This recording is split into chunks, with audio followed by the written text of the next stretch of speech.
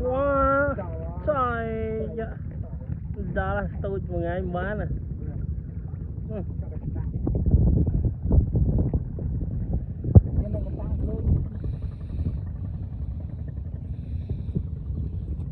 Rồi. Ôi mà lốp nữa. Hả? Tạo mà lốp à? Chơi.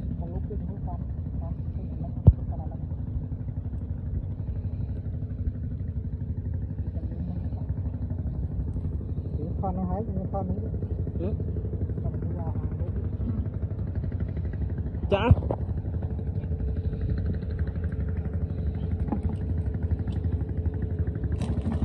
Trời mà lốp này crop.